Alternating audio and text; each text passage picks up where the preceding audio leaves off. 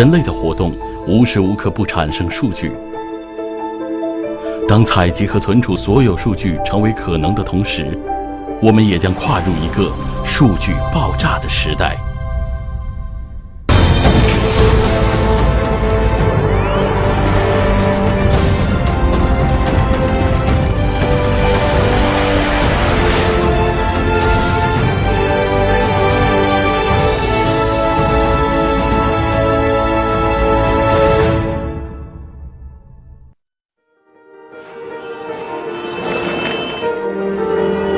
我们开始在一片新开辟的大陆上探索，尝试将所有看到的、听到的、想到的一切元素量化。一个很简单的想要得到数据的念头，让众多痴狂的开发者大开脑洞。无处不在的数据正在引发一场超乎想象的巨变反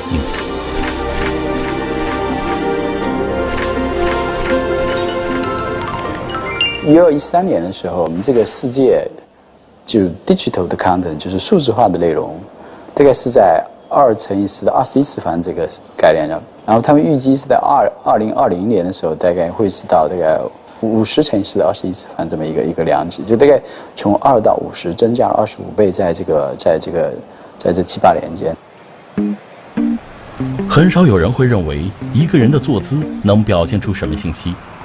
为了找到坐姿和驾驶安全之间的关系，日本的月水重臣教授想要把我们的屁股数据化，通过在汽车座椅下部安装的360个压力传感器，可以把每个人坐在汽车座椅上的身形、姿势和重量分别进行数据化。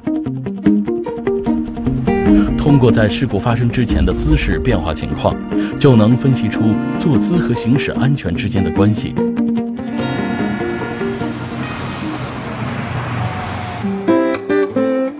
吃完一根棒棒糖到底需要舔多少次？尽管所有人都吃过棒棒糖，但似乎没有人会无聊到要记录自己到底舔了多少次。这个能数据化吗？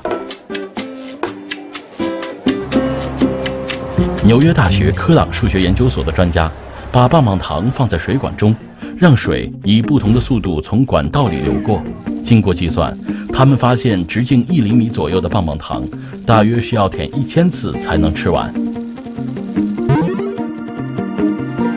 这些数据的研究价值在于可以量化水流冲刷的影响。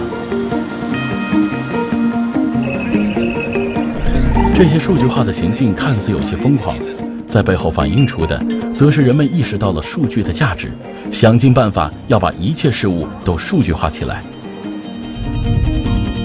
在今天生活中，我们已经把很多事物都数据化了。每天在空中飞行的航班都搭载着一种名为驿马的系统。飞机的位置、飞行的状态，包括发动机运行的数据，会通过它回传给地面进行监测。对这些数据的分析结果是进行飞机状态监控、故障诊断维修、飞行品质分析的重要技术手段。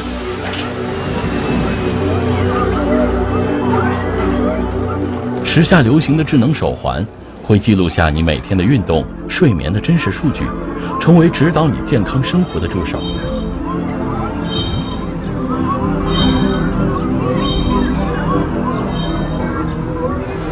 在建筑工地上使用的大型工程机械上，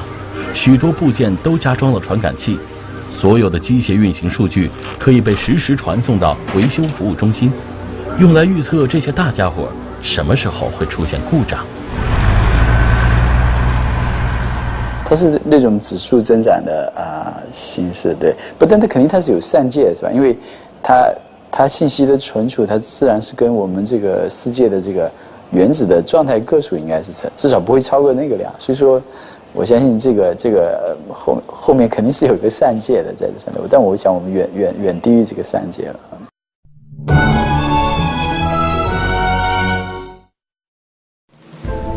人类的活动无时无刻不产生数据。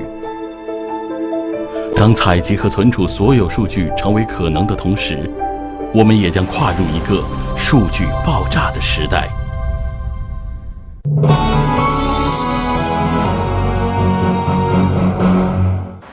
随着各种数据不断生成、积累、沉淀，我们可以通过数据交上朋友。西湖电子的张国京通过杭州市正在运营的新能源电动公交车的数据，结识了一位汽车驾驶员。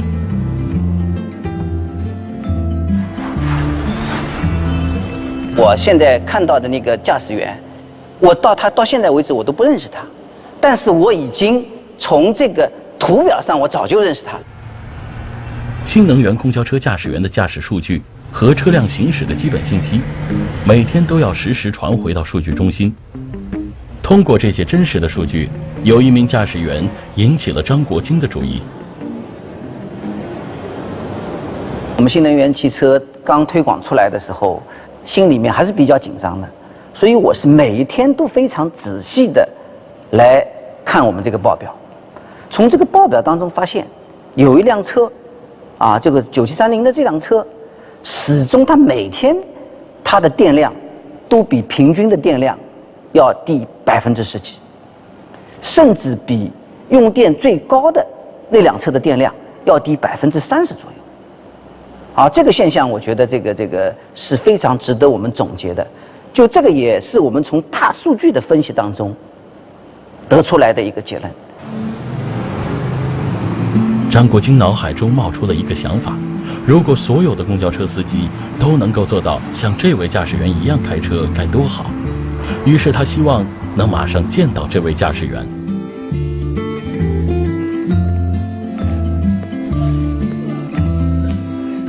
你好，那个外面停的那边9730的那个车的司机在不在这里啊？你好，你好，你就是9730的司机啊？对的。我已经从这个报表上对你已经有很久的了解了，今天才第一次见到你的庐山真面目。这怎么回事啊？这个我有点不大搞得清楚啊。因为你像现在的话，你一脚。这位驾驶员也并不知道，自己的驾驶习惯是所有的新能源公交车司机中最省电的。我觉得这是什么味道？看到张国京对自己开车的习惯很感兴趣，他很兴奋地把自己开车的经验讲了出来。省电呢，其实有点诀窍的。起步要用小油门，就是要稍微踩一下，车会动了以后，你稳在那边，慢慢，它车速就上去了。但你踩的大，你这个电量大，但是它的车速也就这样。司机师傅每天开车消耗多少电，自己心里也有个数，但是他从来也没有和其他的司机比较过，所以他心里也打了个问号：张国京是怎么得知自己开车是最省电的呢？你现在在这个在驾驶的过程当中，我们通过辅助驾驶的这个设备跟采集系统，把你们的习惯都能够很好的记录下来。这不可能吧？帮你，比如说你现在的这个就是油门，这个就是油门踩的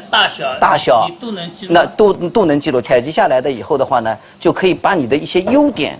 都给它凝固下来。这样你们这个后台是比较厉害的。所以这个数据的话，可以跟你一起来分析，怎么样能够做得更好。作为新能源电动公交车的制造商，张国京意识到，电动公交车为采集公交出行数据提供了可能性。但起初公交车刚刚投入运营的时候，当时采集数据的目的只有一个，就是为了能及时掌握新能源公交车电池的使用情况，维护车辆安全运营。我们当时做这个数据采集其实我们是一个非常原始的一个动机，我们就希望我们的这个电池能够跑得更远，跑得更好。所以呢，我们想了解它的温度，了解它的这个还有多少电量，了解它的各种这个参数。那没想到这些数据的采集越多，越给我们这个解决问题创造了一个更好的条件。新能源公交车耗电量的信息，司机踩油门和刹车的力度，轮胎气压的监测， GPS 的位置信息，摄像头的视频信息，随着新能源公交投入运营里程的增加，各种数据源源不断地产生出来，数据采集和储存开始出现了负担。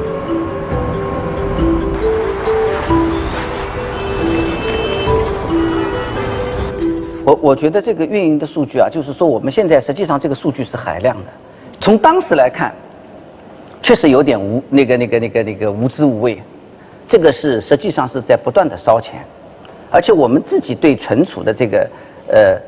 意见也不是很统一，但是我们总朦胧的感觉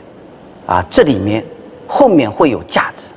这些数据如果没有得到很好的使用，我还要付出成本，那有可能就变成一种垃圾。目前在杭州市运营的1万辆公交车中，有1600辆是新能源电动公交车。这些新能源公交车每天在运营过程中会产生1GB 的数据，这些数据的存储、处理都需要花大量的成本。为了把尽可能多的数据存储下来，数据中心也在反复更新扩大。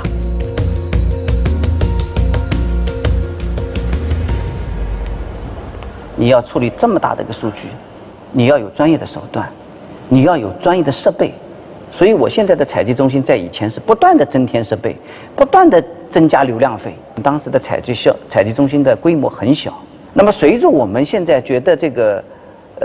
大数据的这个概念不断的这个发展，而且大数据的这个运用的好处这个不断的显现，我们已经做了很多个子系统。我们本来没有采集的数据，我们现在也逐渐的采集起来了。新能源电动公交车是一个数据采集的理想平台，从采集电池的数据到收集电控的数据、行驶里程、平均速度、客流信息，凡是在新能源公交车上产生的数据，张国京总要想办法把它们收集起来。但是现在并不是所有的数据都能被及时存储起来。车上安装了多个摄像头，视频监控的数据量不仅特别大，而且网络传输的流量成本昂贵。这部分数据现在被选择在本地车辆上保存30天。我们真正有价值的 information 可能是个线性的增长，我要数据真正的增长是个指数的。那么公司实际上它获利实际上是只是线性的，但是它要去存储和处理这些数据的 cost 会是有一个指数在增长的。所以对很多公司来讲，这以后会是很快的成为一个瓶颈的问题。现在这些数据的话，实际上里面就是说是还是跟大浪淘沙一样，有很多的金子在里面。我现在只是看到这个曙光，啊，我觉得这只是现在只是看到这个，一个是看到曙光，看到这种势，但是我们现在还需要继续努力。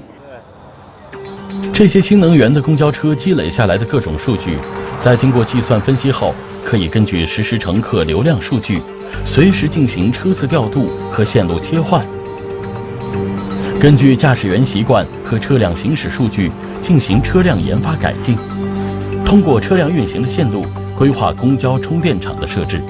整体的运营数据还可以为缓解交通拥堵、城市规划提供可参考意见，依然有更多的价值等待发掘。量化这条路大家都看得很清楚，而且它就是从把信息变成数据，然后再把它学习出有用的规则或者知识。所以量化的学习它一定要有足够的量，你要给我一点点东西，最后的结果是很糟糕的。所以我想背上这两个，一个是这条路非常明确，大家都知道这个结果是什么，再有就是这个量是决定了这后面质量的这个一个根本。那么我觉得大家肯定都觉得那必须要把所有东西量化，那么才能让我最后的结果更好。在人类不断增加数字世界的元素同时，我们也在继续探索解密自己的世界。这其中一个最大的疑问就是破解人类自身的密码，而这也正是影业每天的工作。一副 Pro 牌，黑红梅方，我们的牌 ATCG 就是生命的4张基本牌，叫 ATCG， 一半来自于爸爸，一半来自于妈妈，这样一摞一摞的分成了46摞23对，什么东西做成我们的染色体，把它解开以后，就是这些扑克牌。华大做了一件很牛的事情，就是在每一次只抓很少的牌的情况下，我依然能把这副牌给还原出来。人类基因组是由23对染色体所构成，每一个染色体都含有数百个基因，每一个人体个体是由大约22000个基因构成，都来自30亿个碱基对中的不同组合。如果把一个人的所有的基因全部拉成一条线，它可以往返地球和月球高达很多次。我们体内有这么多这些数据，这些都是大数据。从1859年达尔文的物种起源到现在，大家开始逐渐明白，原来这个地球上所有的生物之间是有某一种关联的。这种关联性将随着我们基因的不断解密，我们越来越了解这个生命的密码。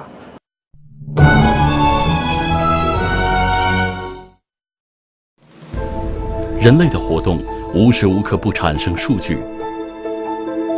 当采集和存储所有数据成为可能的同时，我们也将跨入一个数据爆炸的时代。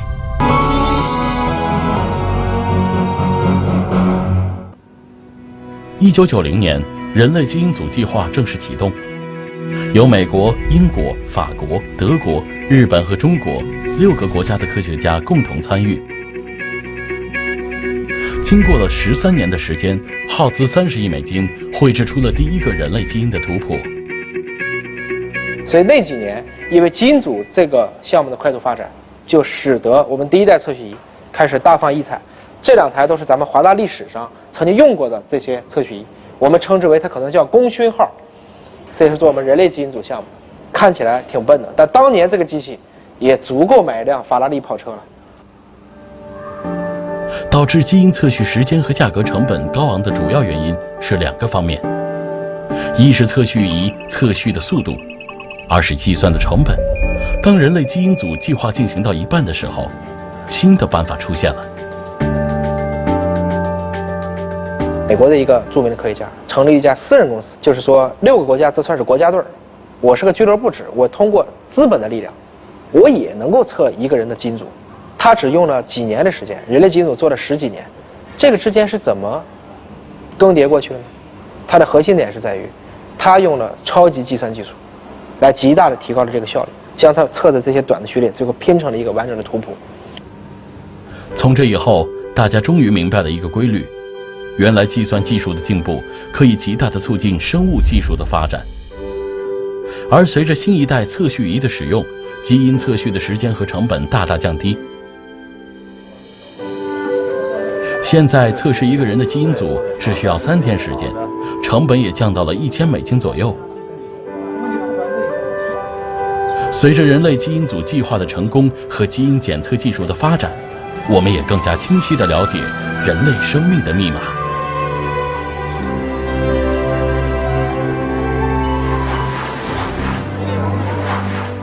这里你看见的一台一台，就是代表了全世界光机电磁生命科学里最先进的测序仪。这每一台测序仪的价值都高达数百万人民币。我们简单的理解，它就相当于一台法拉利跑车。而华大像这样的测序仪已经拥有了数百台之多。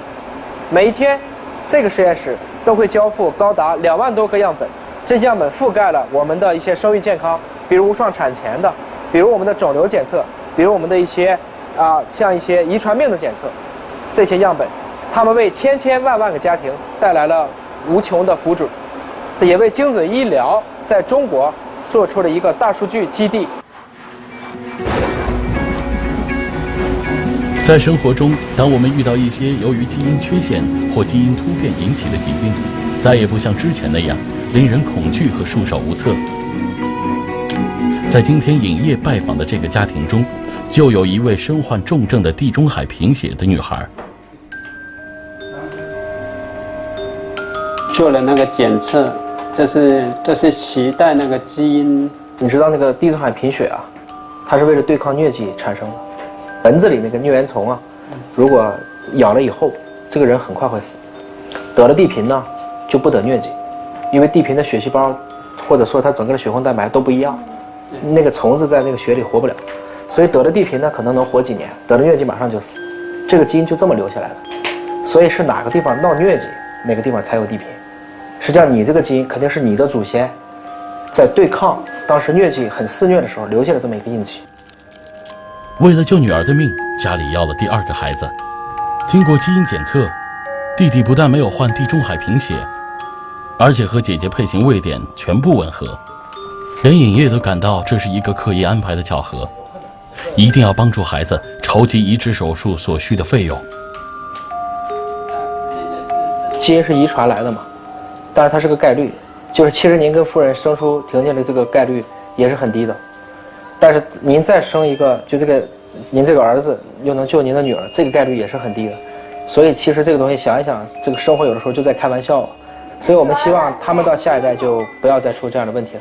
这个地贫在两广地区的这个携带率非常高，其实在生孩子前都应该先查一下，可能后来就没有这个事情。但是在之前就太贵，可能大家很多人又觉得承担不起，所以我们现在想把这个检测的价格压下去。我相信也可能再过3到5年会有一些新的希望，因为整个地贫是循环系统的疾病，都是在血里流着，所以是有可能通过改基因的方式，做一些基因编辑的方式，在即使没有一个很好的骨髓移植的供体，也能会救出这样的人。通过计算，脆弱的生命可以被改写。每一个人都有3GB 的基因组数据，这是通过运算检测100GB 的基因数据得出的。可以想象，如果把地球上的70亿人都检测一遍，需要超大的计算量。所以，生物技术的发展围绕着巨大的计算量的需求，这样也诞生出了很多新的计算技术，比如并行计算技术、弹性计算技术、超级计算技术。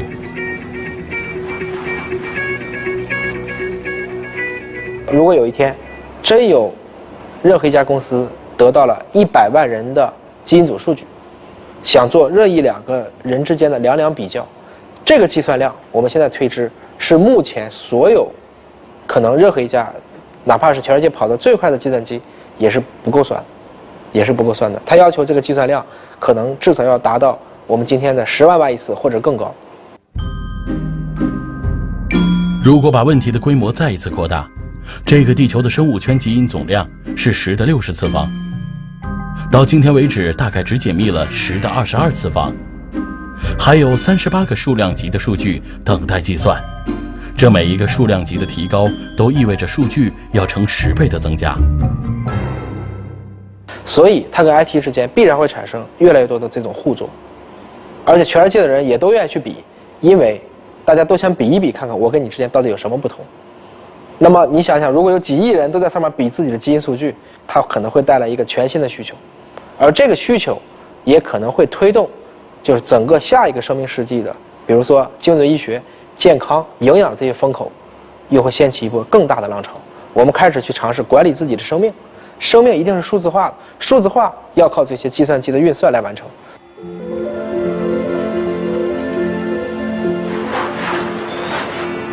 数据爆炸把人类带入了一个新的时代，所有人都在不经意间加入了数据化的过程，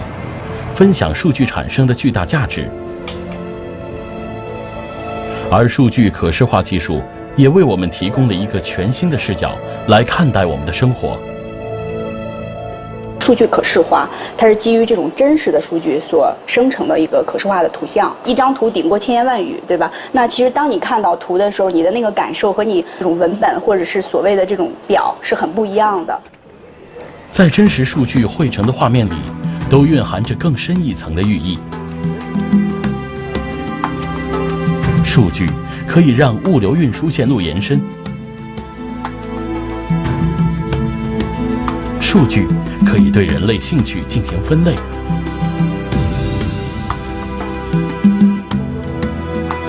数据可以让流行趋势跨越地域传播。